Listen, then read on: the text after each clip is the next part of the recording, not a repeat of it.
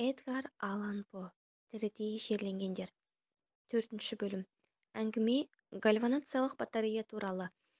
Осы арада соның әсерінен Лондонда 2 тәулік бойы молада жатқан бір заң қызметкерінің қайта тірілгені жөнінде атышулы ғажайып оқиға ойға оралады. Бұл оқиға 1831 жылы болған. Кезінде оның дабырасы да аз болған жоқ. Науқас мистер Эдвард Степлтон шамасы бір қатар белгілері емделуші дәрігерлерді қайран қалдырған сүзек соқпасынан қайтыс болса керек. Алдамшы өлімнен кейін дәрігерлер оның жақын туысқандарынан өлікті сойып көруге рұқсат сұрайды. Бірақ олар жүлді қарсы болады.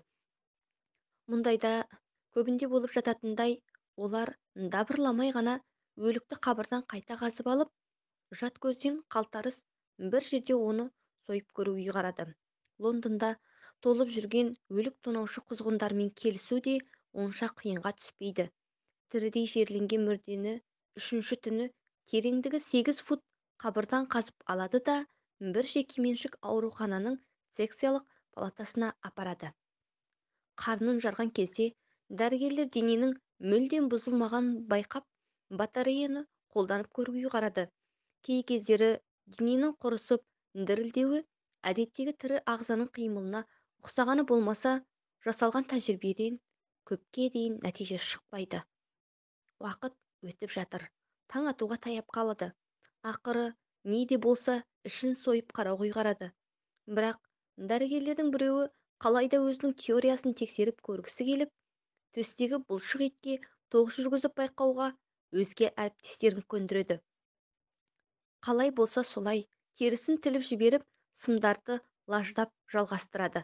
Сол кезде өлік шошынған деп айтуға болмас. Әйтсе де, жатқан орнынан атып тұрып, стол үстінен еденге түседі де, сәл аялдап барып, айналаға алақтай қарап, сөйлеп қоя береді. Сөзін ешкім ұқпайды. Әйтсе де, оның сөз екені күмәнсіз болатын. Өйткені әрбір сөзін нақтап айтады. Соны айтып болғаннан кейін сылқ етіп еденге құлай кетті. Алғашында бәрінің үрейі ұшып, абдырап, аңтарылып қалады. Бірақ қарап тұруға уақыт көтермейді. Дәрігерлер дереу бойларын жиып алады. Сөйтсе, есінен танып жатқаны болмаса, мистер Степлтон тірі болып шығады. Эфирдің көмегімен оның есін жиғызады. Арада біраз уақыт өткен соң, мүлдем тәуір бола бастайды. Содан ол дерттің қайталау қаупінен күдіктеніп, баста оның қайта тірілгені жөнінде бейхабар болған туған-туысқандарына қайта қосылады. Олардың қуанышын, олардың таңырқауын ауызбен айтып жеткізу мүмкін емес. Әйтсе де, бұл оқиғаның ең ғажабы мистер Степлтон өзі туралы айтқан әңгімелері.